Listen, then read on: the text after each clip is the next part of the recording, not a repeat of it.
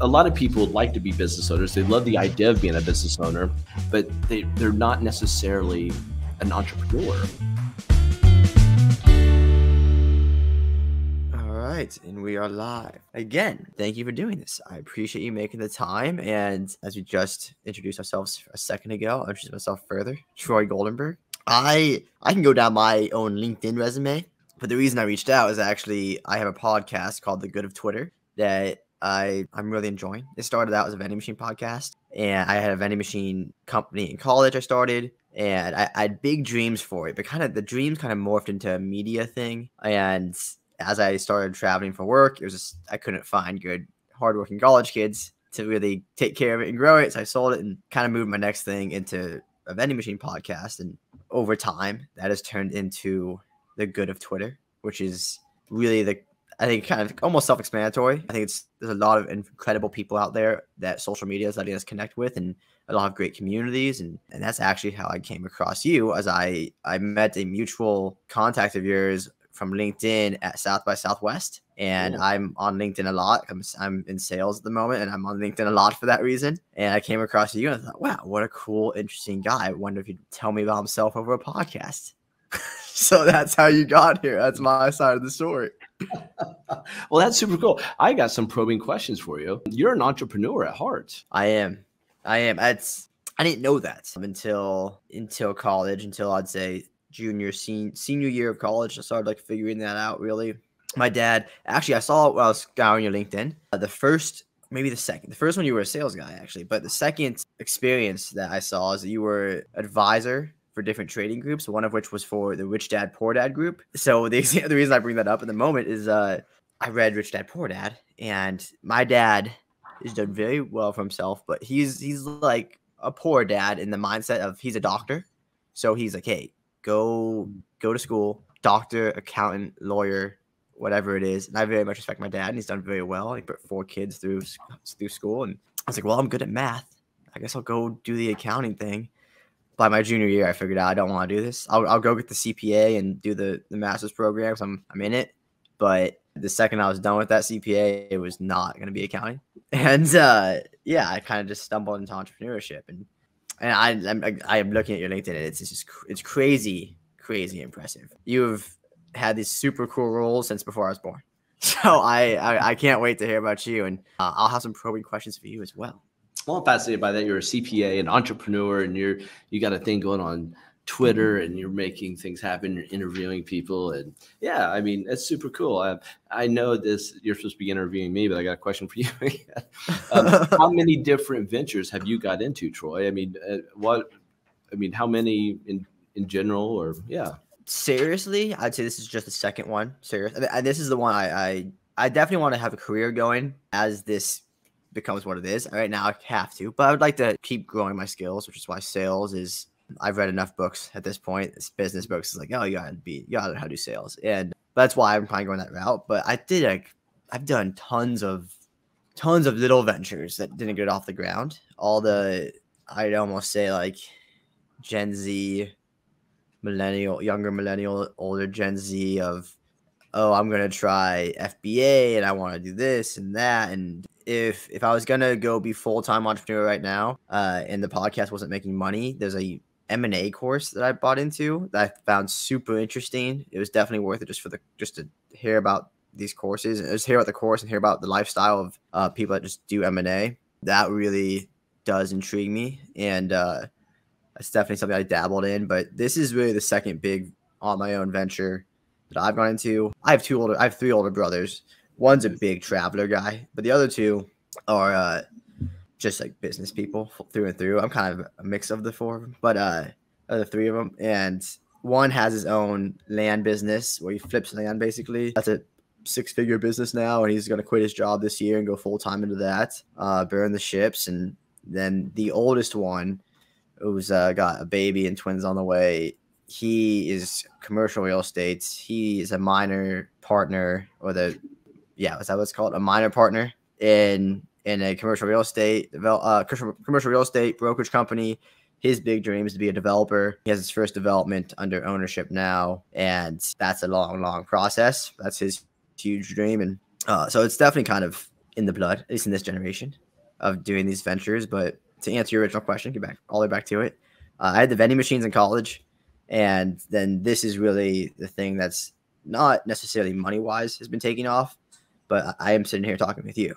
So like network wise, it's very much been taken off. I just posted an episode with the Uranium Insider. It was this really cool guy, and he started off just trading and just kind of fell into the niche of uranium. And I got to learn a ton about that last week, and it was awesome. So yeah, it's been great. Well, fantastic. Well, thanks for sharing a little bit about yourself. I mean, that's fascinating because a lot of people would like to be business owners. They love the idea of being a business owner, but they're not necessarily an entrepreneur. And I find that if a person doesn't have that DNA in them to be an entrepreneur, they better read the E-Myth book by Gerber to say, get the right people around you, which I think we need to do anyway, right? To be well-rounded and to really flourish in what we're doing. Because and his concept is, the E-Myth is a lot, everyone wants to be an entrepreneur, but just they don't have the makeup to do it. And it sounds like you certainly do, but some of us lack the management component and other people lack the technician component. And with the entrepreneurs, we get the entrepreneur component right. But we got to surround ourselves with the right team, and you can make magic happen if you have that. And it doesn't take capital to do it. Anyway, so yeah, it's super cool. I applaud your your trajectory and where you're heading. And I appreciate that. Yeah, it's just a matter of time before you get traction, and you'll find out what your niche is going to be, and you'll explode. Because entrepreneurs, it's hard to keep an entrepreneur from doing great things if they're surrounded by the right people, right? You need the right support staff around you, or team, not staff. Yeah, team. So when I had the vending machine company going, and my first job, I was a consultant at Grant Thornton, because they were the big accounting firm that offered me a job that wasn't audit or tax. And I was like, yes, I would do that. And I got to travel, and I was like, oh, super cool. Yeah. So I started traveling a ton. I was almost never actually at home, which my business was in Lawrence, Kansas, Rock Chalk, if you can see right behind me. And and I was living, quote unquote, in Kansas City, but I was in Florida 3 out of 4 months, and I was in Alaska for like 3 out of 4 months. So I had these kids. Just hired like the smartest kid I knew, basically. He was a few years younger than me, and just in my fraternity, I was like, hey, you are the smartest, most responsible one that I remember. Like, do you want to do this? And I think it'd be I had like big visions and big aspirations for this thing too. And I think with the right work ethic, and if I was living there and serious about it, and I've ever found another guy who just like, or a girl who was really into entrepreneurship, is really go get it like that, I think it would have been big things. So I was definitely like, problems. Hey man, you're gonna be the richest kid on campus. Like, this is what I was able to do. And that was just, I didn't even know what I was doing. I didn't have a Coke deal yet. Like, this is going to be awesome. And we were doing pretty well with him. This is pre-COVID. We're doing pretty well. So I was like, okay, if you're willing to do more sales, if he's kind of just doing operations, it's like keeping everything stocked. And if something broke, you'd help fix. Okay, if you're cool doing more sales and like fixing things, let's hire another friend of ours, but really like one of his best friends. Like, he'll stock. He can be the stock guy. And that was going well. And we were starting to grow a little bit. And so I was like, okay, let's get a marketing person. It's just like, screw it. It's like, we'll pay him what we can pay him. It's college. Someone's on an internship, right? And we got a marketing person going, and I was taking every management skill I learned from Grant Thornton, just like every Excel sheet that I got, and every little skill that I was like, okay, Lawrence vending, and it was all going very well. And I was kind of learning how to manage, and like learning about, okay, how do I keep people motivated, and like, what is my role in this? This is my first time really being a boss. I'm not really there at all on the ground. And I found it was almost like Gary V quote, but it was like, which I like Gary V. And I don't mean to say that in a bad way, but it's just like, these people aren't working for you. You're working for them. Like, you are doing everything you can to make their life as easy as possible and to make sure they can succeed. And I was really running into that issue and that wall for the first time. And then COVID hit, and my whole business shut down. They shut down the fraternities, sororities. They shut down every store. I had like one warehouse that was still operating because they got the rights to. And I was like, okay, well, I can't pay the marketing person anymore, and we don't need a stock guy anymore. Like, honestly, I can come home once a month to do this now. So it all kind of hit the wall there, and it just never really got up and going again. After that, it just never was able to grow. So I just kind of sold it. And whole point being is that I was like kind of hitting that wall of I need a good team. Like this is kind of like, there was kind of like one of the lessons I was learning very much so at that time. It was just like, you really can't even grow a vending machine business without a good team. Like it was definitely one of those lessons I was hitting head on. I'm hoping to hit head on here with this soon. I got an editing guy now who helps make, just started Instagram and stuff. He's making the reels for me. Nice. I just can't. I try doing it myself. Like this takes a long time. I'm not interested. My time is better spent networking, trying to get people on the podcast, or doing my job networking for sales. Like my time is better spent that way. I'm going to be more productive. So I'm hoping to run into that problem again here soon, but we'll see. We got a long ways to go, and that's okay. I'm enjoying the process of it. Yeah. Oh man, I'm fascinated by that, and I think some of the things that I could share with you would be that I wish that every one of my ventures were successes, right? I've had many. Like I was in college. I was going to Anderson University, and this is a private university in Indiana. I was going to go to Ball State to play football, and they were going to redshirt me. And my buddy at AU said, "You can get on the team right now if you come over here." So I switched. I went to Anderson, and while I was there, this is the middle of the 90s. So the internet that people referred to as the interweb was just getting started. And my wife at the time, my girlfriend at the time, my wife now, she wanted to buy a vehicle, and she asked me if I could help her. I said, sure, yeah, I'll help you, but I'm playing football, and they own you, man. They own you from Monday through Saturday. The only day off that we have is Sunday, and car dealerships are closed on Sunday. And I had this quandary. So I promised her I'd help her buy a car. I can't because the dealerships are closed on the day that I have available. I come with this idea. I'll go to the computer lab and get on this internet thing to see if I can search for cars on the internet. It hadn't started yet. And I thought, well, that's crazy. We should be able to find cars on the internet. Nobody was doing this yet. So I created autoindiana.com. I created autoillinois.com. I was there's only three of us, East Coast, West Coast. There was a couple guys that were just getting started as I was getting started in the Midwest and originally out of Indianapolis. And one thing led to another. And now I own this automotive company. Nobody was doing it yet, right? On the internet. And there was a professor at Purdue that wanted to go into business with me. That was me trying to bring in a big dog, right? And I was like, oh man, I wasn't going to say no to that. I said, please come in. But make a long story longer, it came to where we worked on it all summer. I was going to quit my job. He was going to quit being a professor at Purdue. Okay. And he had a nice gig, and it was at the end of the summer. And we got together, and he goes, I just can't take the risk. He goes, I believe in this. Nobody's doing this. And this is something that he believes in, but it was too big of a risk and gamble for him and his family. I was single at the time. It was not as big of a risk. So I said, I understand. So he had to bail out. And I went ahead and went down the path. I brought on somebody, and it was a horrible experience because I wasn't on the cutting edge of technology. I was on the bleeding edge. I was so early, and I was talking with baby boomers who were the GMs at these dealerships, trying to get them to shovel their marketing dollars into a new medium or media that they couldn't even define yet, right? The internet. They heard of it, but they didn't understand the concept of putting advertising dollars on the internet. Yeah, it was a hard sell. And I was now paying, it got so bad where I was paying payroll through my credit cards because I believed in it. And I was willing to push all in on the concept, right? Yeah. Because I knew I was first. I knew I was out there before everybody. I mean, I had my URLs before all the major players. I mean, you name any, like when I say major players, not just in automotive, I beat everybody in the automotive space, but I'm talking about like crazy names of Ford and Coca-Cola and stuff. I was so early. I was beating a lot of those URL domain names.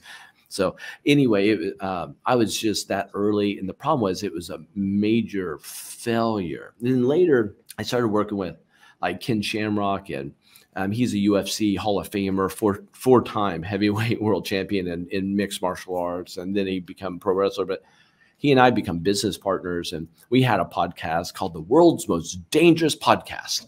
And we did it because he's known as the world's most dangerous man, right? So cool. Yeah. We had this podcast, but we did this cool like Shark Tank component where people would come on and they would pitch us their business ideas with the idea of if they did it and we liked it, we would team up with them. So we had several ventures that we teamed up with that never went anywhere. They just fell on their face. And here's what I found out. And in my entrepreneurial world is that you're going to have far more losers than winners. But when you find the winner, you have to go down that path and go with it with everything you have. My problem that I had starting off with, some of those were still great winners. I was in an Internet of Things. It was a watch company that we had it was called Grok Global. Wait, what was it? I mean, I've had so many of these. I can't remember the name, but NASA had one. Oh man, I'm going brain dead here. But NASA has Grok Technologies, and we had Grok Global Technologies, and we didn't even know NASA had that domain. So it was really cool. But it was a watch that had its own SIM card. It would take its own videos, its own pictures. You didn't have to have a phone in your pocket. It was the phone. So it was, and that was earlier. We got it. So many businesses, so many of them, and so many of them could have gone somewhere if they had the right person at the helm. If you ever watch Shark Tank, you'll see that they're looking for a thoroughbred. They're looking for a killer. They're looking for somebody that's going to run, that has the vision, that can get that show down the path. And it's always going to be the entrepreneur. So and you have that, Troy, you have the entrepreneur part. You need to find out what area is going to pay you the money and bring in the right technician group and the right management group. And if you need a little funding, get the right funding. But then you'll make magic happen. But there's a book that says fail fast. I believe in that concept because failing slow costs you money and time. We don't have that. If you're in business, you want to work for yourself, you need to be able to quickly say no to things that don't make money and say yes to things where you see traction.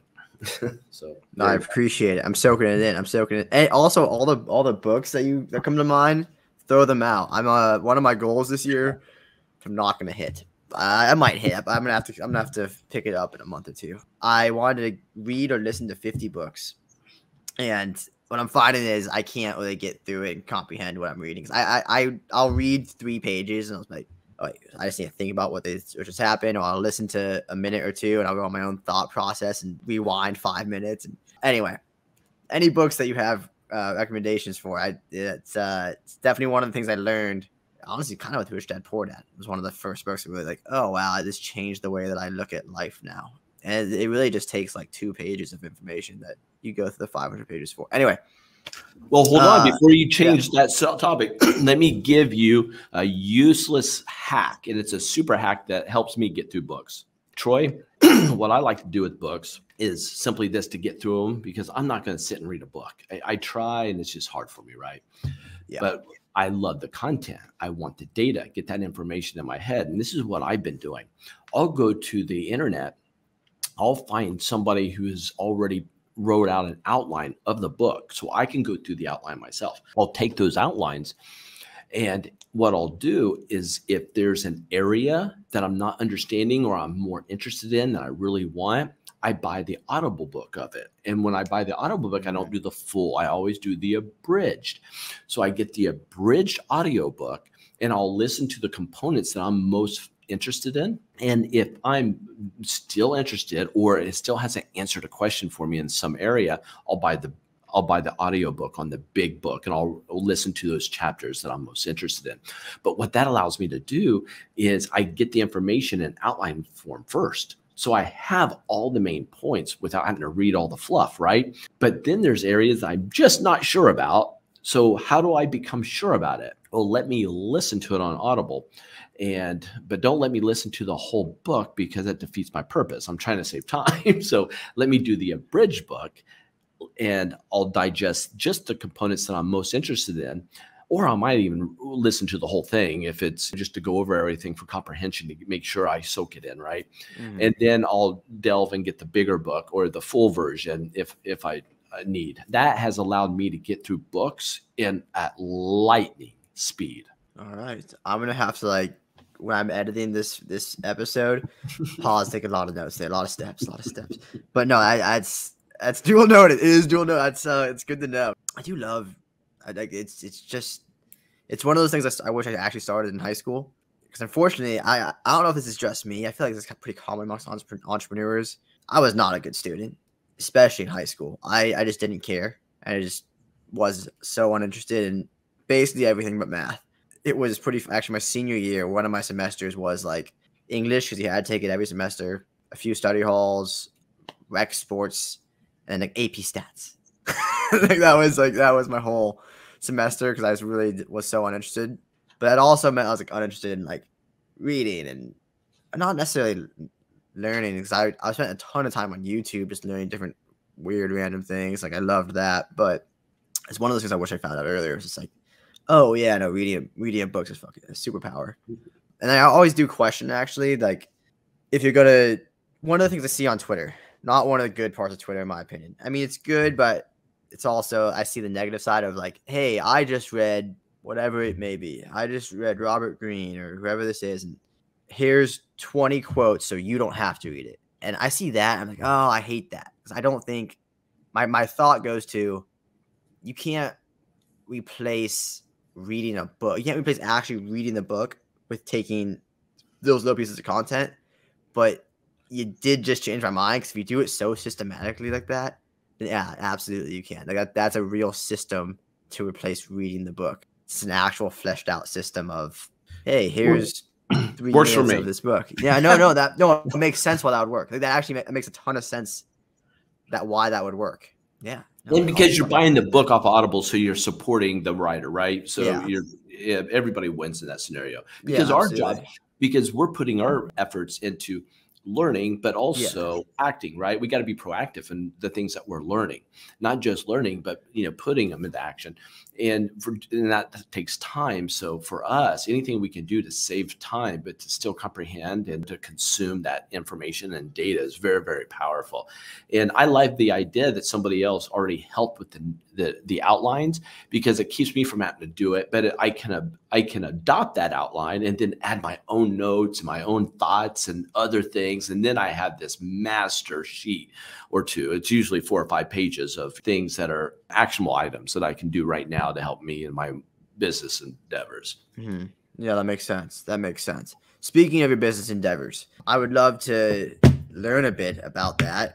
What you're doing now, I guess like some of the milestones along the way, and however you want to start that. I do eventually want to talk about Grok trade, and I'd love to talk about your algorithm, or not the ins and outs of it, obviously, but trading and you in the finance world.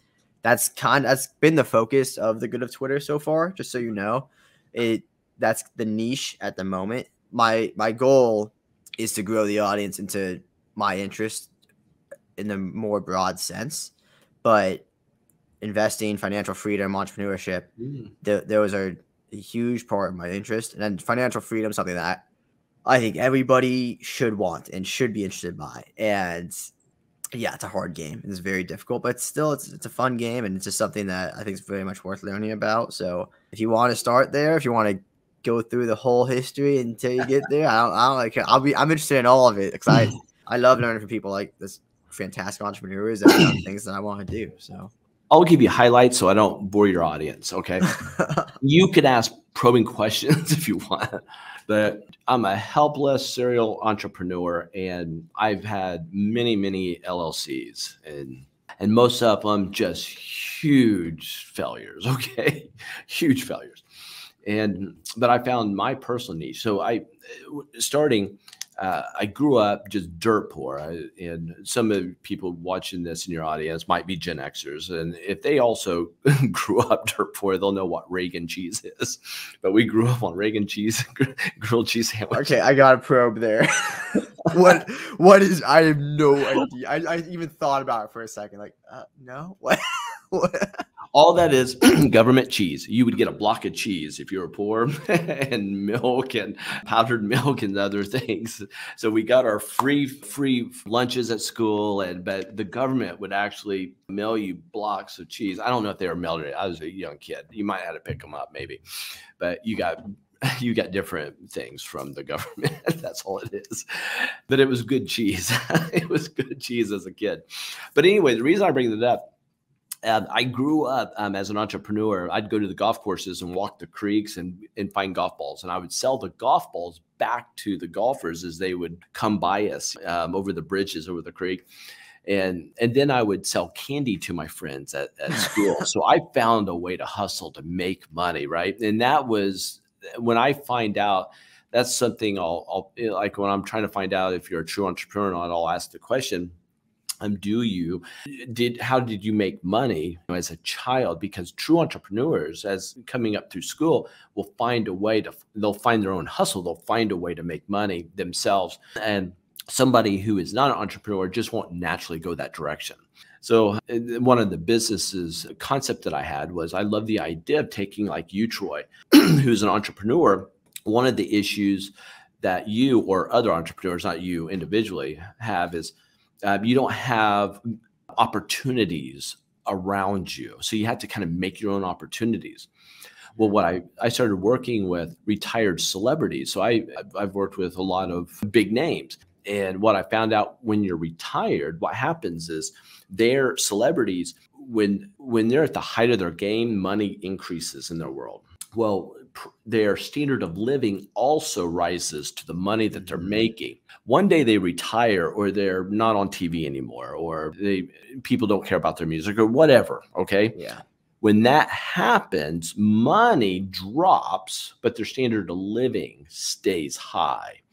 Yeah. And statistically, there's a 5-year attrition rate that takes place. In other words, it takes 5 years before them to be in financial hardship, dire straits. I mean, and then what we're seeing is substance abuse. We're seeing suicide. We're seeing just bad things, right? So that comes, and it's the same statistic. If you win the lottery, it's a 5-year attrition. That's what always happens. If you are not financially savvy, and you come with a large sum of money, you will statistically lose it in 5 years. What I found is these individuals have a ton of opportunities around them, but they don't have money now. Okay. They don't know how to wield the sword of opportunities. However, an entrepreneur does. So one of my businesses I tried to get going, and this is one that I just could not get down the path, but does put Troy, okay, with and it looks like you're a basketball fan. Is that a fair assumption, or football? You're just a sports fan looking at your background. We're sports guys. Yeah. So KU basketball that's what I grew up on. I also grew up on Kansas City Chiefs football, which was heartbreaking. I would argue probably the most heartbreaking franchise of my first 20 years, or anyone's first 20 years. And then that guy, Patrick Mahomes, came around, Andy Reid and Alex Smith came around I can go in that for hours, but yeah, go on. Sports person, yeah. Whoever is a legend in your book and in your eyes, who's still alive, of course, I would pair you guys up as business partners. All you would be doing is taking the phone calls now, because they would be doing phone calls. Like, for example, I would take the phone call, and they would be like, to give you an example, the phone call would be, hey, we would like to use your celebrity as somebody to promote our service. I'm not going to give you the exact company that we were working with, but this happened to be a publicly traded company. Yeah. And as we were there, I said, hey, we don't want to get paid. We love your idea. I'm giving you a short version. We'd like to team up with you as a partnership, an ongoing partnership. And what we would like to do is just get in on your shares of the company. So we secured a large portion of shares of this publicly traded company in exchange for letting them use the celebrity free of charge in perpetuity. Okay. So that was the concept. A an average person would just have taken the money up front and missed out on the shares. Okay. So that's what an entrepreneur does. An entrepreneur, and like something else, an entrepreneur, somebody says it's a startup, they want to use your celebrity. We're like, okay, instead of paying us X, we'll take 1/4 of X, but we want a chunk of equity in exchange. And now you have this celebrity in perpetuity. You lock arms. Everybody was saying yes to this. And now, so an entrepreneur sees opportunities and can expand those opportunities when the average agent, average manager will just take the phone call and say, yes, we can do it for X. They get their money initially, but they have no continued streams of revenue coming in. They kill the revenue. They take the money up front with no streams of revenue. And so because they don't have the equity position, they don't have shares of the company, they don't have any of those built in. So the concept of the business was, I'll put the Troys of the world with the celebrities, whoever you would deem a celebrity. So you already know that business, know that person, know all that. And now you guys go and make commerce happen. You will build commerce naturally. And so that was the concept. So anyway, the opportunities. Cool. Yeah. You know what my problem was in that business? I know you're a finance thing and I'm over here talking about anyway. So no, this is super intriguing. This is awesome. Well, you know what my problem was? Here's my problem. There's two parties. There's the entrepreneur and the celebrity. And you're going to know the answer by me asking the question. Who do you think the hardest person was to find? The entrepreneur or the celebrity? Well, now you asked the question, I'd say the entrepreneur. You would think it's the entrepreneur, right? I would think that. Well, hold on, but your thinking is right, because everybody would think that it would be the celebrity. It's not. Here was my problem.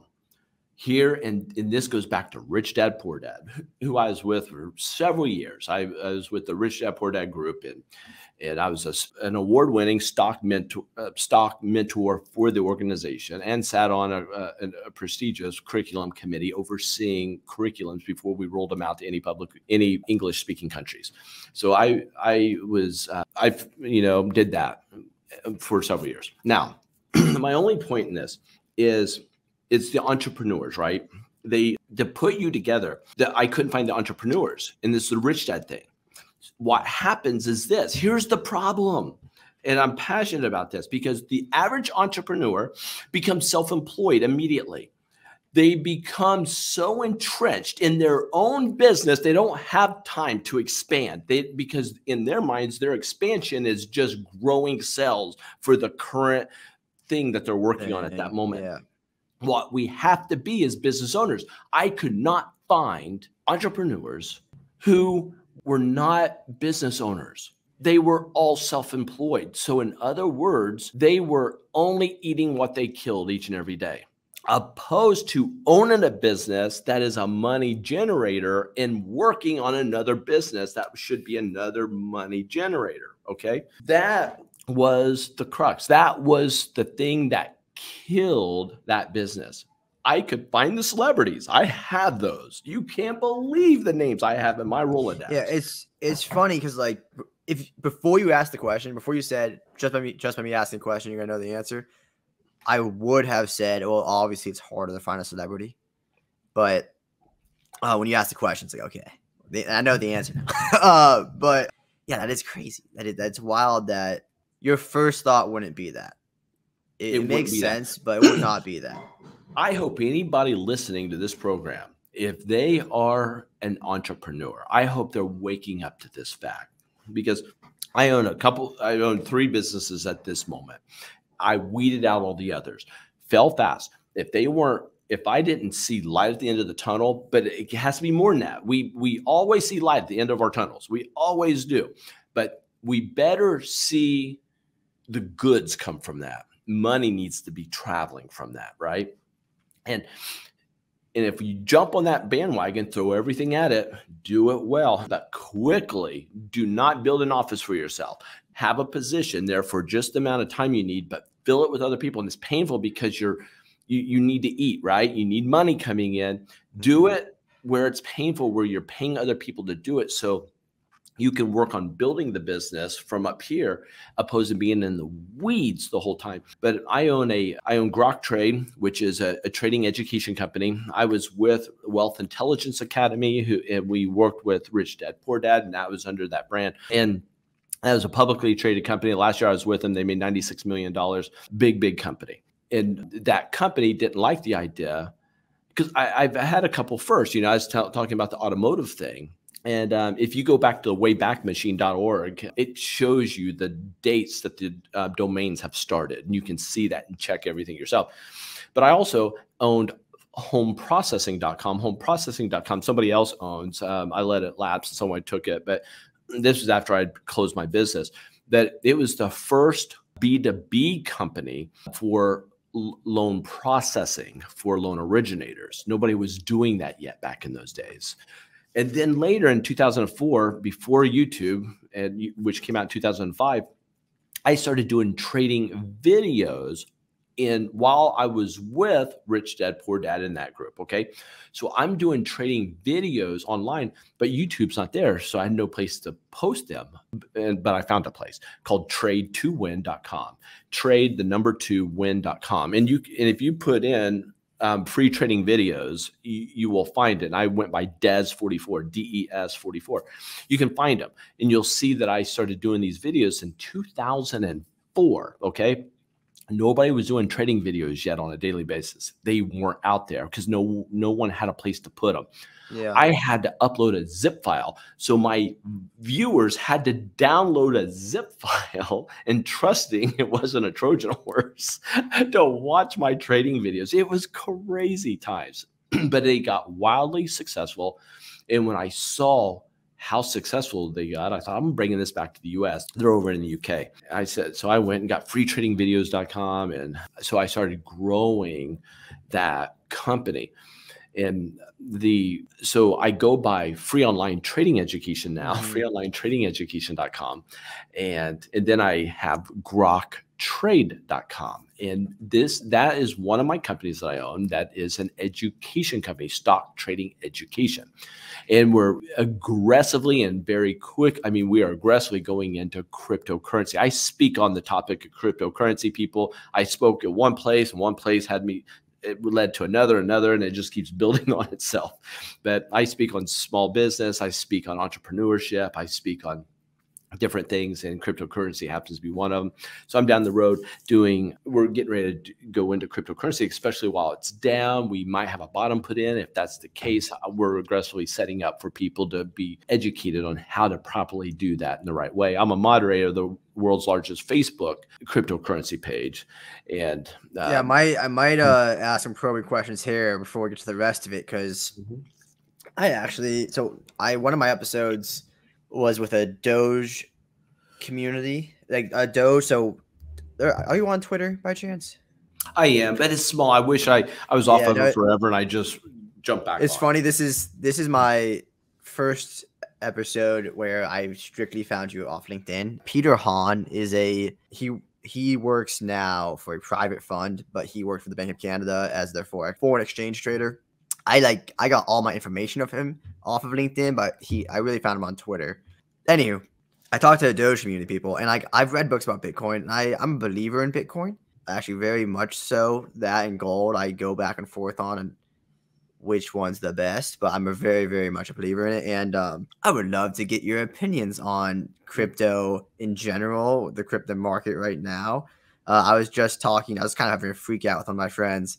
I'm his best man at his wedding this fall, so I'm excited for that. But one of the things we talk about now that we're adults, the past 5 years or so, I'd say we've been talking about a lot, is just, money, and obviously crypto is one of those things. And just kind of freak out, with the CBDCs, I think they're tanking the dollar, and they're doing it on purpose, and they're going to replace it with a CBDC, and we'll all have to be on that. And I was like, I gotta own more Bitcoin, man. I was going down a rabbit hole with him. So saying that, I would love to hear your experience with crypto and your opinions on all that. Wherever you want to start with that. I just posted an article on LinkedIn. I don't know if you had a chance to see it, but I called it the digital dollar dilemma. And I actually have an opinion on that. What you're saying is true. So I don't know what to, ask me a more specific question. Okay. My opinion. All right. I guess let's start here. Let's start with the dollar. So right now, it's funny. I assume my average listener knows about financial things or are interested in it because that's all I've really done. But right now, for anyone that doesn't know, we're going through major inflation, obviously, and at the same time, it's starting to come up in the news, which is the concept's been around for years, but it started coming up in the news about CBDCs, central bank digital currencies. Do you think those are going to come into play? Is that what we're heading towards in America? Is that what we're heading towards as a globe? Well, global it's economy? not. Do I think they're going to? I mean, they're even saying everyone's going that way. I mean, U.S. government is aggressively trying to get down the path to make this happen. You got China trying to do it. You have Brazil, I believe, is another big group that's trying to digitize. And so, I mean, they're not hiding the fact. I mean, they're saying that they're going down this path. And so that's an interesting concept, right? Interesting concept. And so back when our debt was only 17 going into 18 trillion, I remember reading some articles saying the economists saying if we get past 22 trillion, we're going to start losing the confidence of other countries wanting to buy our bonds. And what's interesting, we're at 31.6 trillion at this moment, right? And we're ticking higher very, very quickly. And so we're way past that 22 mark. The reason I bring that up is because this debt is so you like gold and Bitcoin. So I think I'm probably beating the same drum that you are at this point, but it's not sustainable. Yeah, it's not sustainable. It will come to an end at some point. So what's happening now is you're seeing these other countries wanting to join together, right? And to create their own euro, if you will, and not called euro. So with that, the BRICS countries you're talking about, right? Yes, that's what I'm talking about. I just don't know how many people understand, know that. So. Yeah, so I can just explain that real quick. So right now, very scary because you see these being war lines as well. So right now it's China, Russia, Iran, Saudi Arabia, Brazil. I want to say India was also. Yep. India is also a part of this group that are looking to form their own currency like the euro. I don't know all these countries' situations. I know China's isn't great either. I read a book called Red Flags, and it's hard to say how much of a threat China is economically from their own bad, horrible debt situation. But the rest of them, I have no idea. I know that European banks are collapsing because they did the exact same fractional reserve currency stuff. A fractional reserve banking that we did. Credit Suisse just collapsed. UBS, who was supposed to buy them and got out of it, now there's rumors of them. There's rumors of Deutsche Bank collapsing for forever. Citigroup has rumors, which is our fourth biggest. I think the fourth biggest on earth, or maybe just our fourth biggest one. Anyway, so yeah, the BRICS countries are forming their own currency at the moment. I'll let you continue on. No, well, you are highly informed. I'm impressed by that. Oh, thanks. Well, something that was said, this was 15 years ago. China's president he said he thumbed his nose at the idea of the US dollars being the world reserve. And he said it's just a matter of time before the yuan becomes that. And what we're seeing is a big push towards this now. I mean, think about Saudi Arabia contemplating, what they're wanting to starting to use, the yuan over the US dollar.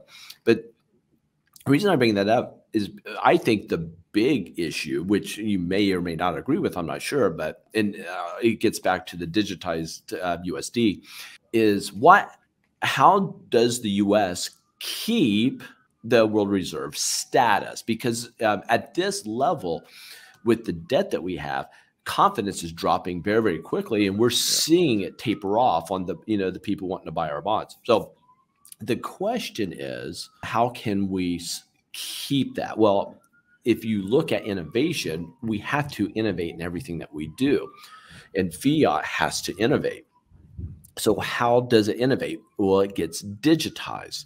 So that's why the governments are doing digital. So here's the dilemma. This is why I called it the digital dollar dilemma it's a quandary that we're in. I think my opinion is for us to keep the world reserve status, we don't have a choice but to digitize and to do it faster than all the other groups, right? That makes sense. Yeah.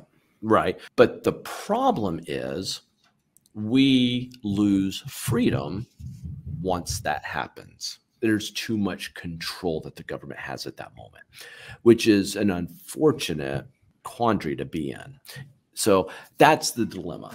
You don't have to read my article now. I actually had it pulled up. I haven't read it yet, but I'll probably still give it a read. Yeah, that does seem to be the dilemma. That it's funny because it's scary, but it's funny that like it's brought that exact dilemma, like it brings it into the political realm, and it's made alliances in a way that you would never see before. So I started my like actual stock journey, like learning about stocks in the meme stocks, because I had my 401k and all that. But when the buy button got shut down, I was like, what just happened? My original opinion was, oh, these Redditors are rigging the system and they're the bad guys. I have done a complete 180 on that. So I started doing my homework and research, and I learned about the failure to delivers, the naked shorts, the cost to borrow, which is, as of like last week, 250% in AMC, at who knows what it is in GameStop and all these other ones. But I started going on that route and just learning I got Twitter because of AMC, because I knew there were people that were educating about stocks and just how to trade. What's the Elliott wave? What's the Wyckoff method? What's RSI and all these? And so like I downloaded Twitter and got on it, and it's made this alliance across political spectrums that you would just it's insane. It's just leftist and alt-right. Like people have come together on this whole one concept, because eventually it all leads, whether you're in crypto or meme stocks or just options trading or whatever it is, it all kind of leads to that argument for Bitcoin in a way, the argument for freedom. It leads back to the CBDC thing, and there seems to be the real value, a human value of freedom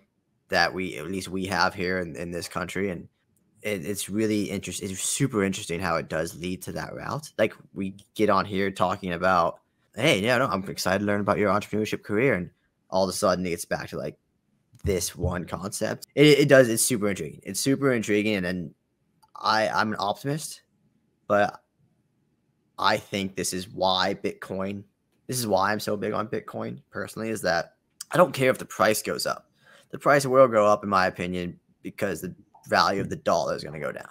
So like, in my opinion, that alone will drive it up. But that's like why I'm so big on it. It's a freedom mechanism. It's very possible that even with the TikTok ban, which I'm for banning TikTok, but the way they're doing it is it's a restriction ban where they're able to fine you and put you in jail for I think it's like up to $1 million and up to 20 years for using a VPN to go onto the wrong website. Like you just access TikTok or whatever. It's like, oh my God, this law didn't have to be that.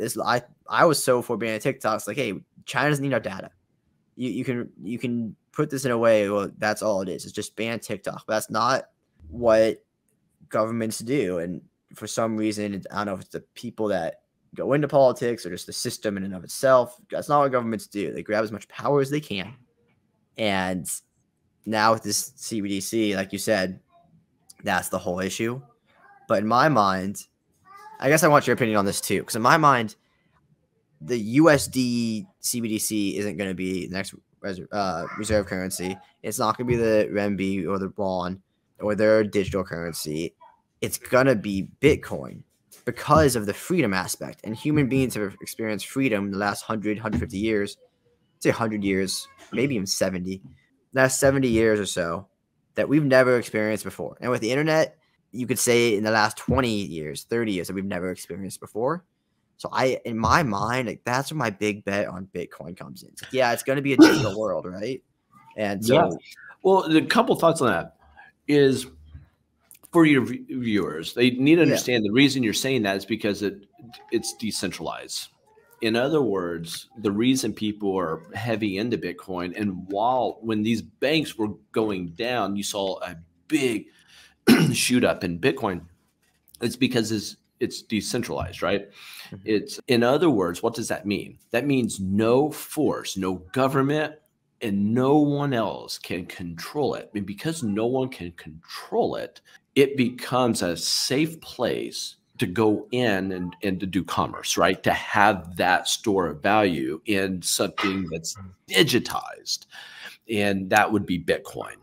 So I'm just helping out anybody listening to Yeah, this to yeah. understand why we're saying what we're saying is because that's why I'm heavy in it. I loaded up heavy at 3,600, and here's a sad thought. I tried to buy 500 Bitcoin back because it was back when I was putting $200. I was buying 200. Oh, hold on. I got it backwards.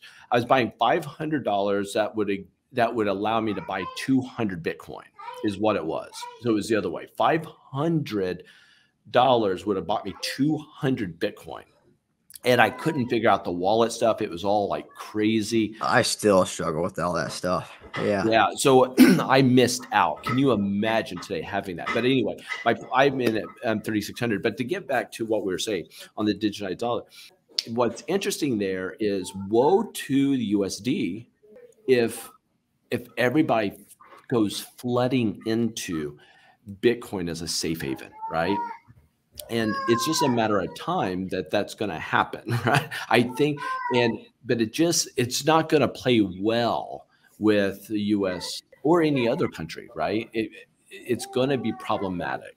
It's going to be problematic No, on definitely. a scale that we've never seen before, I think. Yeah, no, I think it's I've never felt more like the Fight Club quote, "We're the middle children of history." I never felt that in a more real sense than when I started learning about what's coming with the CBDC. It's going to be an incredible vie for power that the people in power have never had to deal with, and then and thank God this is how it's worked. Is that way back when the people in power had all the power. It wasn't even close. And then slowly but surely, feudalism happens and kings get lords and they start more privatized land, which freedom seems to rhyme pretty heavily with privatized land and privatized property, which includes your money. But so like that just went, that's gone in the right direction slowly, but over time, that's what's happens. You've seen the power become more and more democratized. And all of a sudden, there's this huge chance for the people in power, the governments, to grab all this power back they haven't had in a long time, or for the people to take a huge step forward in freedom. And yeah, it's crazy. It's just a wild event that's happening. And big money going into it. Yeah. The reason I jumped in heavy at 3,600 is when I saw the adoption that Wall Street jumped in. So Wall Street has jumped in and said, okay, now you can start trading Bitcoin on our futures market. And that was a game changer when that happened. But everything changed at that point. And I think what we're seeing with the US government is they wanted to put a stranglehold on Bitcoin to the best of their ability. And I heard an argument on this in Vegas at a Bridger Pennington's, if I got his name right. They had a hedge fund conference that I went to, and have another one in Miami soon. But his father ran a multi-billion-dollar hedge fund, and he brought up a really good argument in the thesis, or the idea behind his argument is simply this: that the reason that the U.S. dollar or the U.S. government allowed Bitcoin to come into the U.S. market was to correlate it. And by correlating it, it allowed it to be, it keeps it from doing these massive runs again. Hopefully. Is that you got a baby on the background? Oh wow, yeah. So he's upstairs. Yeah, I'm actually currently in Omaha. I'm a traveler. I'm a nomad. That's part of my problem actually being an entrepreneur. I found was I don't have a home base, and it's harder to especially like the M&A thing I really wanted to do for a second was pretty brick and mortar. Anywho, I'm in Omaha right now. My brother is his and my nephew, his son. Oh, gotcha. Yeah. Well, so I just think should we have a part of our portfolio in that 100%? Because if I think if a person, Troy, has the opinion that the U.S. dollar is in danger, then put it in gold. Gold's a good thing, but the problem is most people only get into they'll buy gold on the stock exchange, and that becomes problematic. It's either physical gold and silver, or jump into a decentralized digital currency. Yeah, that's what gives me the argument of Bitcoin over gold is, well, like if I need to flee America for whatever reason, that gold's not coming with me. Like so there's a story of a guy who escaped the Holocaust, but the way that he got out was he was getting his gold. He got a ton of gold. Like he just kind of had the vision of like, hey, this isn't going well. Just kind of saw it was coming and got all of his money into gold. Got it from one country to another country to another country. And it took like years for this process to happen. But it was an incredible visionary and make it out story of that. And unless you're that savvy, well, that's a huge disadvantage in my mind where I can just have everything on this physical wallet. I can have hundreds of thousands of dollars if I got it, millions of dollars if I got it on this physical little USB wallet, basically USB. And bam, I'm out. I'm over to the Azores Islands in Portugal, or I'm gonna be an island man now. And that's my argument for it. I would love to talk Costa Rica. That's Costa Rica's yours. Double thumbs up on Costa Rica. Rica's yours. That's my dad's too. That's what my dad hit. Smart man. Yeah. That's like the big thing that gives me Bitcoin over gold. I do understand the Lindy effect, which is, the longer something's been around, the more likely it is to stay around. And I get that gold's been the thing and Bitcoin's not even 20 years old. So I go back and forth on that for that reason. But I would love to talk to somebody that is very educated about this, that disagrees with me on it. Because I don't really, I guess that's my fault. I'm in circles where I've enclosed myself into these circles where we all have that same thought as far as this topic goes, except for my older brother, who's super into gold and silver, and he's not sold on Bitcoin. Him and my dad aren't, but most of my circle is. And I know like Ray Dalio just came out when it was at 17,000. He said it's going to zero. Like it's worthless. That's an opinion I respect. One of his books is up there. And I'd love like if I got to talk to him or someone like him that agrees with his opinion, like what is it? Cause I'm trying to see what the hell you're talking about. Like, but it makes no sense to me. In my mind, the USD is going to crash. And the evidence for that is every single system that's ever done this has crashed. So there's a book I'm listening to now, which I've liked a lot.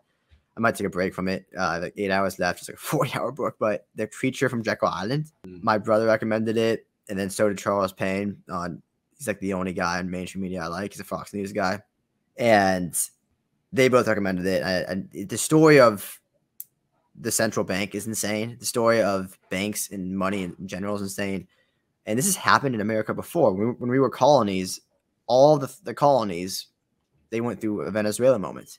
And then it happened again, I think, briefly before our Constitution. And in our Constitution, it actually says, hey, the government can't print money.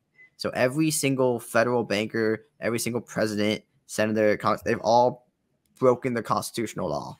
But we don't enforce that because greed. But anyway, it's happened all over America. It's happened in America. It's happened all over the world. The USD is going to crash. In my mind, there's a huge flood into Bitcoin then. And let's say even I'm wrong and the RMB, China's currency, becomes the world reserve currency. Well, eventually those is going to crash too. Because they're doing the same exact freaking thing. So when that happens, there's going to be even more of a flood into Bitcoin. So in my mind, it's not a question of, is Bitcoin going to be the world reserve currency? It's when. Is it going to be in my lifetime, or is it going to be the lifetime after me? How long is everything going to take to crash? And slowly, when this country crashes and that country crashes, more and more people are going to Bitcoin. And yeah, in my mind, it's just like I want to understand the argument against it, but I struggle to. I struggle to steel man it. And I need to talk to somebody who's smarter than me that disagrees with me, because you are smarter than me, but you seem to agree with me. Well, I try to be pragmatic about it. Yeah. And myself, I have to go back to these two things. And this is what really helped me say, this is where it's one, decentralized. I hope people don't lose the importance of that, because it can't be killed. That's why it just keeps going. This is why now the likes of El Salvador are using it as one of their currencies. And it is something that's not going right. And that's the likes of why the US government, and this is my second point on this, is they adopted it. They didn't have a choice but to bring it in, to adopt it, because the market demanded it. But again, the argument's made by people much smarter than me, saying that the reason the US brought it in wasn't to help us because we had a demand. His argument is they did it to put a stranglehold on it. And in the US coming out, the US dollar, does it surprise me that choke point 2.0 has come about, where you're seeing these banks not getting any help from the government and seeing their demise, and they're all heavy on the crypto side. It's a fascinating time to be in. And the US dollar and the government is going to, with all of its force, with everything in it, is going to do anything, including war, to save the US dollar and the world reserve status. And that means if it's killing banks, and that is if that deal with a competing digital currency such as Bitcoin, Ethereum, and others, so be it. And I think they're going to play hardball, which I think we're seeing already. Yeah, I agree. We're seeing that already. I actually think that I wouldn't even say, I was about to say, this goes a bit out my expertise. Not that I'm an expert in the finance realm or the business realm, but that one of those books back there is The Changing World Order. And in my mind, I've seen us going to war for a while now. And I don't know, George Friedman it's kind of like Peter Zahn, just geopolitical people. That's what they do. They study it, they make books and predictions. And Friedman's prediction in the next 100 years has been pretty spot on. And he actually has the U.S. staying dominant and fighting a bunch of proxy wars, which he called it the Polish bloc. In his book, that was kind of his prediction. It was all going to center around Poland. Turns out it's kind of centered around Ukraine. But he has a bunch of U.S. proxy wars going on. And in my mind, especially from kind of having the creature from Jekyll Island in my head right now, it's the financiers of the world in America. Is this going to be in everyone's best interest for us to all go to war, as far as those people are concerned? People that are playing the Game of Thrones or playing the money game, like it's kind of going to be in the best interest. And for America, like if you want to keep that world reserve currency, the dollar, well, look at the last month. France is trading with China and the yuan. There's new deals for energy that are excluding the US dollar. Like if all these countries that were using the US dollar don't need it anymore and it all gets sent back to America, well, it doesn't take a smart guy. I can figure that out. Well, there's more US dollars now. There's more dollars, and the demand went down, supply just went up. What's going to happen to that value? You don't have to be smart, man. You have to take one economics class in your life to figure out what's going to happen. And if the US wants to avoid that, well, yeah, no, you do. Like if I'm playing the Game of Thrones and I just know humanity in me, yeah, I'm going to war. I'm going to do whatever I can to start this war. And I think people my age it's like almost a Gen Z. I'm a millennial, I'm kind of on that border, but it's almost like a Gen Z popular opinion, like a generational opinion of, oh yeah, the governments are bad. Like America, clearly, what we were taught in school, like even for World War II, like maybe it was World War I, when the Germans sunk the British ship with the U.S. passengers on it. That's what we were taught in school. Well, it's Creature Jekyll Island. I have to fact check this book all the time because it's so unbelievable, but it seems to be telling me the truth. Well, yeah, no, it's what actually happened was Germany warned them about doing this stuff, and then Britain they classified it as a wartime ship, and Germany put out a bunch of ads that tried to pay for a bunch of ads, like, hey, don't get on this ship in American citizens, and the government wouldn't let it go through, like, hey, we're going to sink this ship. We're going to sink this ship. It's carrying ammo, and you're using civilians as shields, and stop doing that. And they tried to warn the American people. It's all documented. The U.S., the government got us into war. And like from the Game of Thrones standpoint, again, I get it. I get it. Like it made sense. In my mind, it's obvious that the U.S. blew up that pipeline. Why would Russia blow up their own pipeline for energy purposes? And it seems obvious that, okay, they're going to want to go to war. I could be wrong. I know nothing other than what smarter people have written down on pages. But I don't know. In my mind, that seems to be the only way to survive this is through the force of your military, which, to my knowledge, limited knowledge, is still this far and away the greatest operating military to ever exist. Yeah. Well, I think it'd be with China. And I think I'm reading articles right now that they're saying that they're already aligning themselves, which is sobering, right? Nobody wants to talk about this or say it's coming down the path, but the war drums are beating at this moment. No, absolutely. Yeah. I mean, I think that the BRICS deal is such a big deal to me because of that. You see the Axis powers aligning of China, Russia, Iran. Even back when Afghanistan, with Taliban took over Afghanistan and we left, you saw China move in and there was no resistance there. They let them take all the technology and all the U.S. technology that was left. And it's kind of scary. I mean, no, it's very scary, but China brokered a deal between Saudi Arabia and Iran. Those two countries aren't friends. That wasn't a friend. Like, that's whoa. That's power in a major sense. That's power. And yeah, no, it's very clear. If you're willing to pay attention, it's very clear what's happening. It's hard to see this going any other direction. Yeah. Well, we'll see what happens. We'll see what happens. Yeah, and buying land in some other areas isn't a half bad idea. No, it's not. No, I mean, I don't have enough money to buy land here at the moment, but no, when I do, it's not a bad idea. But anyway, sorry, huge rabbit hole there. But let's get back to your companies now. So we learned a bit about free trading videos and a bit about Grok Trade, but you said you'd a third one here as well. Yeah, so hold on. That's the same business. So I own freetradingvideos.com Inc. We have a DBA called Grok Trade, and Grok means to know. Here's a useless fact for you.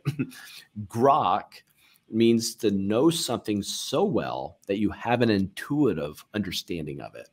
So we go by Grok Trade. And like I said, NASA used the word Grok in one of their companies too. It was fascinating. I loved it. But it coined from a book, Strangers in a Strange World, back in 1965, I believe. Very provocative book from what I hear. I haven't read it, but that's where the word came from. But we go by Grok Trade. We teach people how to specifically use technical analysis with fundamental analysis and some cheats. We used to be much deeper in the fundamental analysis, which is something you would be very interested in as a CPA. We found out that most people, it was too much for them. They would rather stay on the charts. So what we do is we give them super hacks on how to find the best companies quickly that are the healthiest and how to use a chart to know when to get in to get out. So we've been doing that 17 plus years. I've been trading in the live markets using technical analysis for 24 years, over 2 decades. And I've been doing it a long time. Just had a niche, just God-given thing. I went through their training initially, teach me to trade. They're not around anymore. Went through their training and got a mentor. I found out that people who were doing the best got a mentor. So I said, let's find a group that had a mentor. So I went through their training, got a mentor, and went through that, and it just did well for me. Before that, I blew through 2 accounts, and it was a hard lesson. Sobering, it wasn't fun. And then I started investing in myself in the education part, and then I started my own company. And my former mentor, he has his doctorates in biology, microbiology to be fresh. Wow. So he is very intelligent man. I brought him in as a partner initially, and I've since bought him out. But yeah, so I run that, but I don't run anymore. I have a whole team of people that run that for me. I only teach the advanced classes. So that runs. But then I own a small real estate company, which I'm just kind of getting into that. I need a place for depreciation, right? For money. So, which you can appreciate. Yeah. But then the one that I really put most excited about and where I put all my time into is my hedge fund, which I have a hedge fund.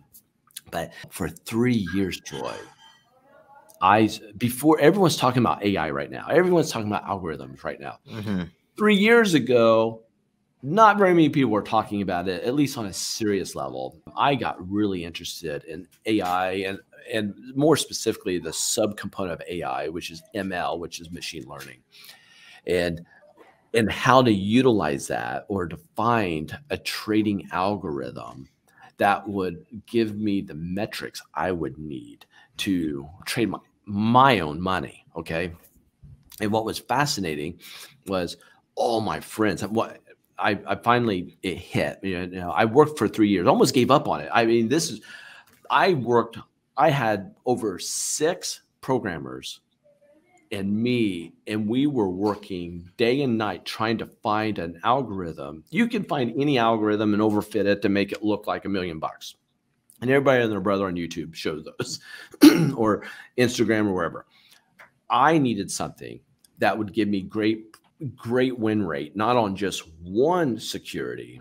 When I say security, I know you know this. I'm just for anybody listening. Security is a stock, is an ETF, is a currency, is a cryptocurrency. It's anything that's deemed something that has a chart you can trade. So that is.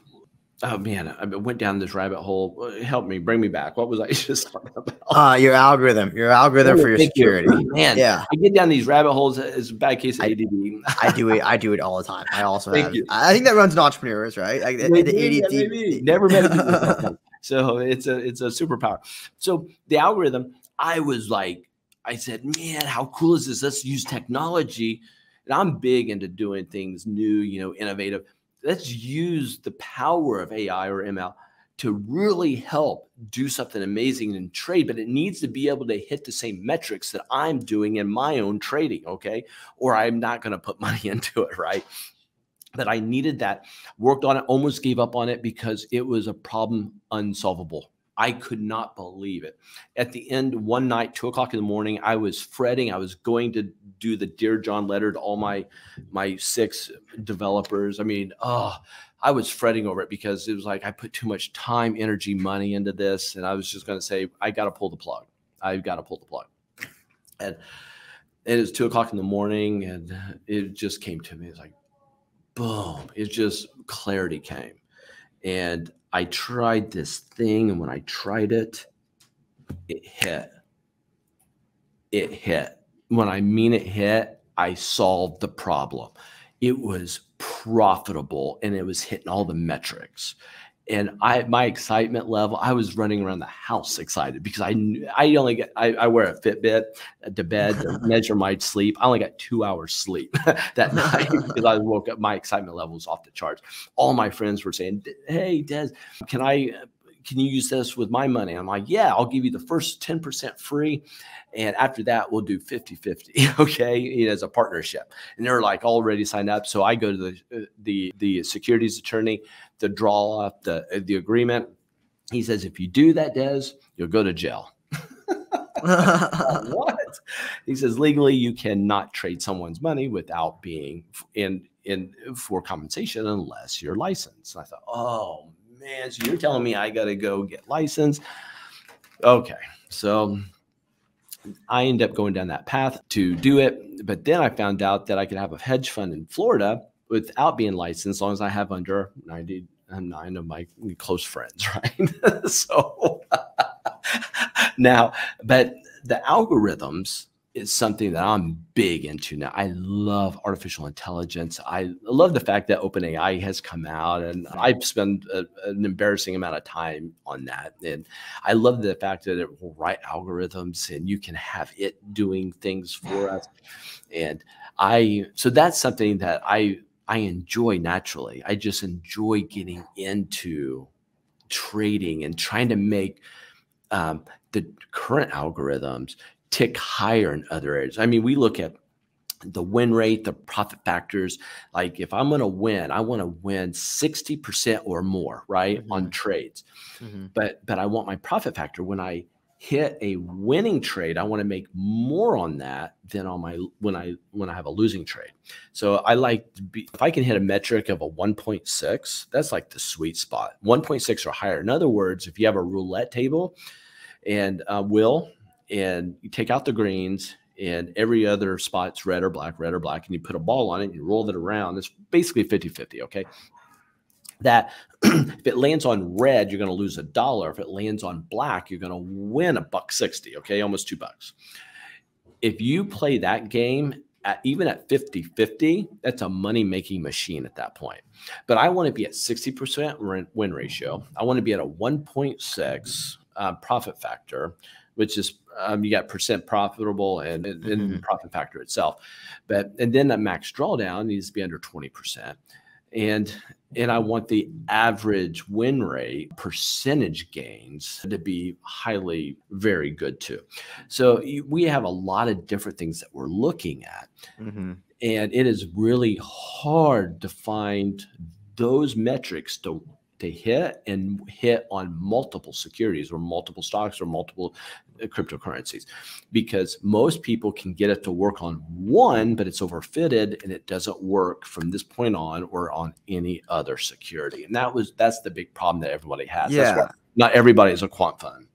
Yeah. So how often do you need to update this and work on this? Like, so the night when you got it, it hit, all the metrics are hitting. I assume it's not, all right, we did it. Now we just kick our feet up and collect the money. Like, I assume this is like a constant game of the metrics are going up and down, and you're constantly having to like rewire this algorithm, correct?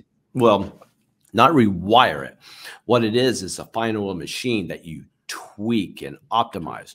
So there's a little wordsmithing there.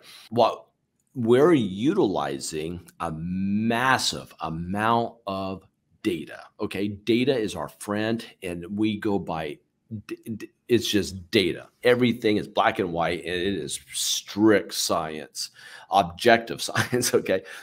So how we optimize it is two ways. The algorithms, we are now up to 7 algorithms. And we use all those algorithms in a methodology. So we use certain algorithms at certain times in certain market conditions. How we optimize it is by feeding it new data. So the more data we give it, the better results that we get, or the more confident we can get with the results that we see. So what we'll do is we'll layer in new data. As time progresses, that gives us more data. We feed it to the bees. So it's learning. It learns from every market condition, like the COVID thing. We never experienced a COVID drop like that. We had the sharpest, biggest drops we have seen since the Great Depression. We only missed the trajectory drop by 3 days, statistically speaking. In other words, if we dropped faster by 3 days, we would have said the drop was worse than the Great Depression. So it was a significant drop of the likes none of us have ever seen before. So the algorithm had to learn from that. So we feed it that new data. It says, okay, we shouldn't be holding through this time. So we'll go to cash when this certain scenario shows us again, right? So the next time, God forbid, we have another COVID crash, we'll learn from that. So that's one way. It's just feeding it new data. The other thing that we do is we try to tweak the metrics of the algorithm to see if we can increase the win rate without bastardizing the max drawdown percentage. So a lot of times you can increase the win rate and the overall net performance, which we're all looking at the big number, but it comes at a big expense. And the expense is how much it draws down. So to get more money, you got to sit through bigger swings. Okay. That's the long and short of it. we have a joke internally that we call it the Maalox. How much Maalox do you want to drink? So we don't want to drink a lot of Maalox. We don't want to go through a lot of stress. So let's keep our max drawdown really tiny, but it also affects the net profit usually. So what we try to do is tweak the metrics to optimize things without bastardizing the whole system. That makes sense. This is one of the, I've never acted on this one. This is one of the many entrepreneurial thoughts I had is when I started doing this, I was like scouring YouTube for trading strategies and stuff. I would kind of just think, okay, if there's a strategy where you only want to buy this stock when the RSI is down at 10 and the MACD is here or whatever. And like my thought was like, okay, if I was able to build an algorithm that took that strategy but made it even safer, like you only want to buy when the RSI is at 5 and everything else, you just kind of like tweak the metric there or tweak the input. Wouldn't that work? And like if you're just playing it that safe, maybe the algorithm only makes 1 trade a week, 2 trades a week, but wouldn't that? So that kind of sparked that thought in me, and I bought a book I never finished because it's one I'm not listening to. Go figure. Actually reading, but I feel like this is someone that you've probably heard of. Jim Simons or is it Simmons? Oh, yeah, the man that solved the market. Great book. I'm like, I want to say I'm like halfway through that one, a third of the way through that one. It's a big book, man. It's a big book. It's a big book, and if I was listening to it, I'd get done much faster. I'm a nomad, so like I'm in Omaha today. By Sunday, I'll be in Austin, Texas. So I drive a ton, and I have books that I'm listening to, and like all the time. But anyway, I started reading that. I was like, okay, this is like what you do is just so interesting. It's really like the money game in the best way, and you're playing it in a way that's not crooked, which I respect a lot because you can play this game in a very crooked way. And we've talked about on this podcast before the crookedness of, I would argue, market makers, the fact that they're also allowed to be hedge funds. And when I was an accountant, I wasn't even an accountant, and I couldn't choose my own stocks in my 401k because it was a conflict of interest. But they're able to do it, and politicians are able to do it. And it's like, man, there's a lot of ways to play this money game wrong. But like that way, it's like, it's just a pure sport. It's a pure sport, and you're playing it the right way. It's super cool and such a great way to get rich if you have that work ethic and interest and brain power. And it's obviously extremely, extremely difficult. That's why who wants the stress of trading? Because the disease to traders is fear and greed, right? When you boil it down, and those emotions force us, like it or not, to make bad decisions in the marketplace. So it's a zero-sum game. I mean, you become crippled very, very quickly trying to trade people's money manually and hoping that you're reading the markets right, getting right fundies, and hey, it'll bounce back, just wait, which it always does until it doesn't one day, right? But it does, but sometimes people can't takes a while. If you think about it, the markets rallied up to 2000. 2000 was a peak before the technology bubble pop, right? And then we get back to 2007 and we dropped again at those same levels. So when it rallied up, it was almost 13 years before you broke even from the 2000 level. So wherever your money was at the year 2000, you finally you were at break even 13 years later. Most people don't have 13 years to wait. And you missed out on all the inflation at that point, ticking away at that. So it's just it's just very, very difficult. That's why I like leaning into systematic trading on saying, let's bring in the power of computers and let's now sink our teeth into black and white data and say, this data has worked hundreds of occurrences. Occurrences in our world just simply means trades, right? Where is this data coming from? The data coming from, there's different places you can get the data. one resource that anybody can use. It costs money, but it's TradingView.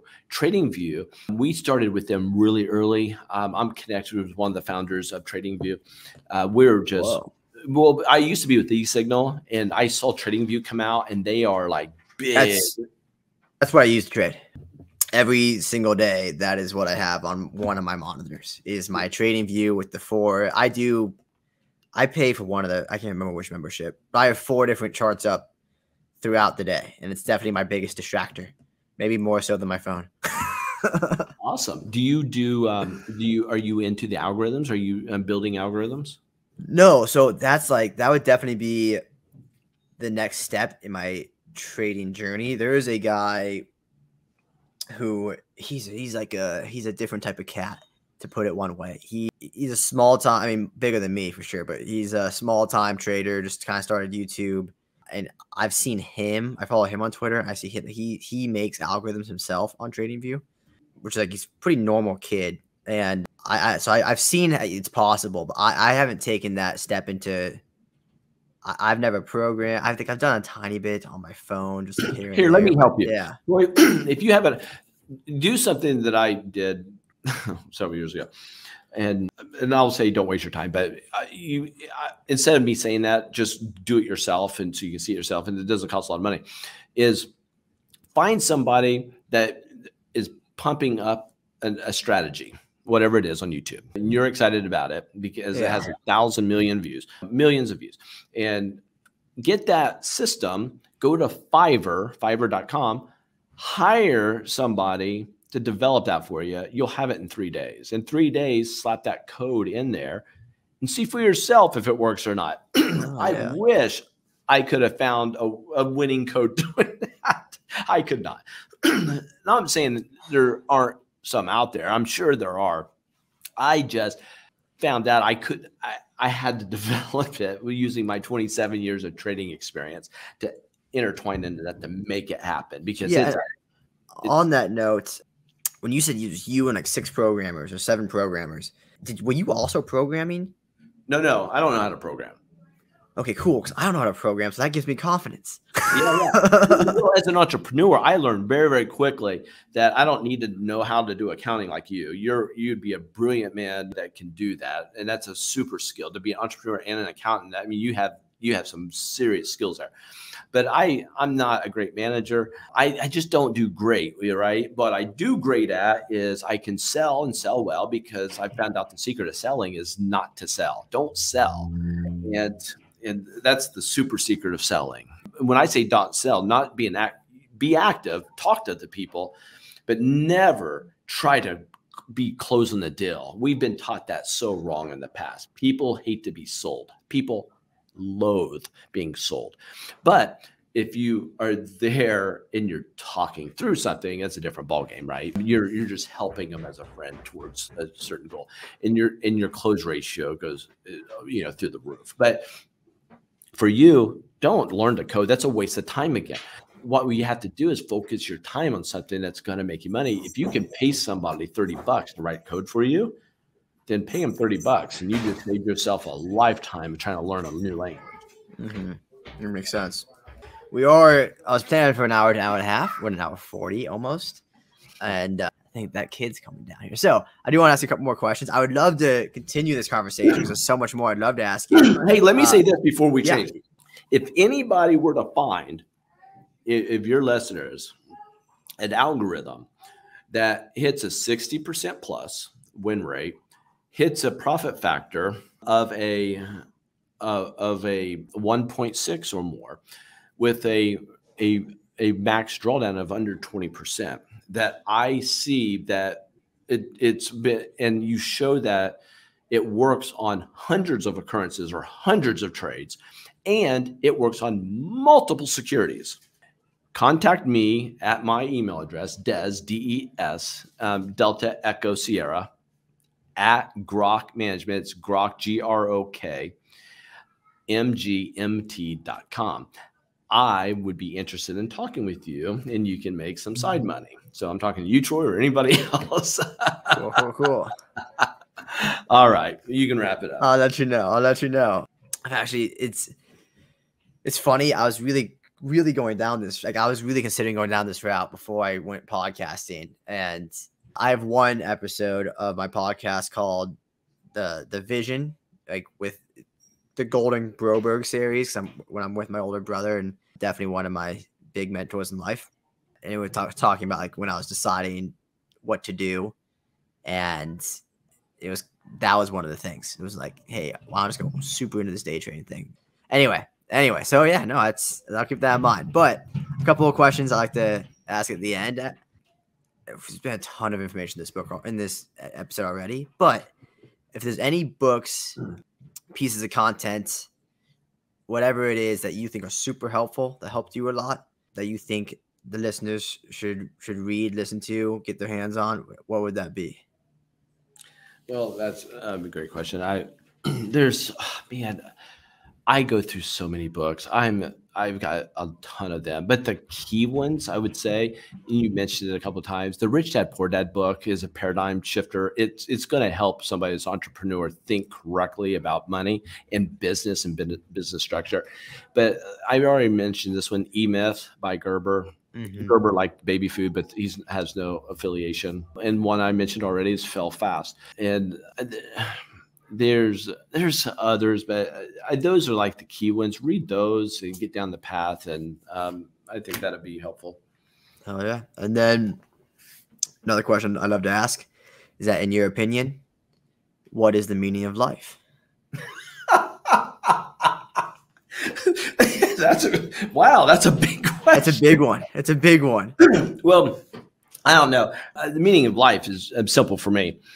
I think a lot of people, we have to be focusing on body, mind, and spirit. And a lot of people, especially businessmen and women, works a lot on their bodies, looking good, staying in shape, and on their mind, consuming a lot of stuff. One thing that they jack up is their spirit. They don't do well on that. So the meaning of life is eternal life, and that's through God, and that's through Jesus. So that's my we went from talking business to that. So yeah, no, it can be a quick shift.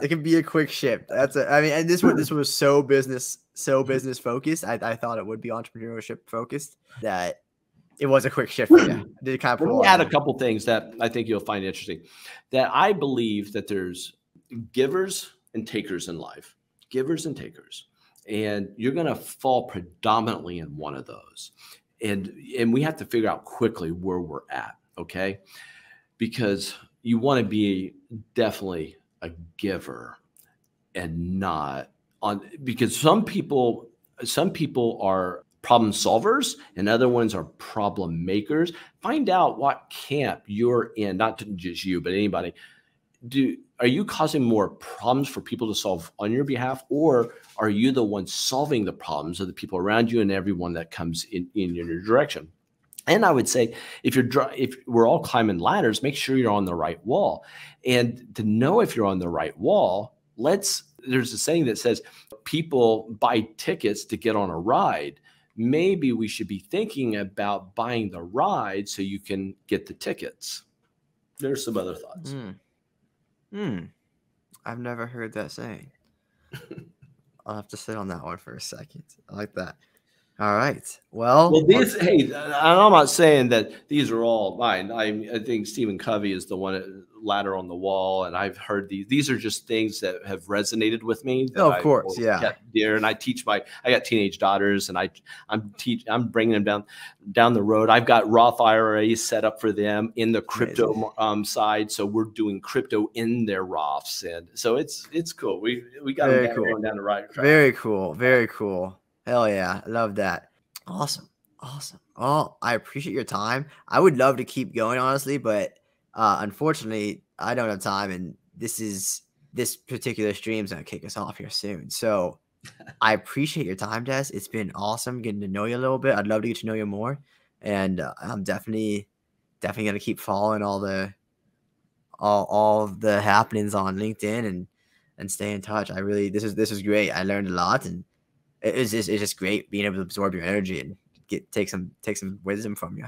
Well, I'll tell you, my friend, it's a sincere pleasure meeting you. I love the journey you're on. I get jazzed talking with other entrepreneurs, as you can see. So I'm excited for your future. You got a bright one ahead of you. Thank you. I appreciate it. I hope to live up to that statement. I think I will, but hopefully. And yeah, I'll talk to you. I'll talk to you soon. Again, thank you so much. And yeah, no, I'm looking forward to staying in contact.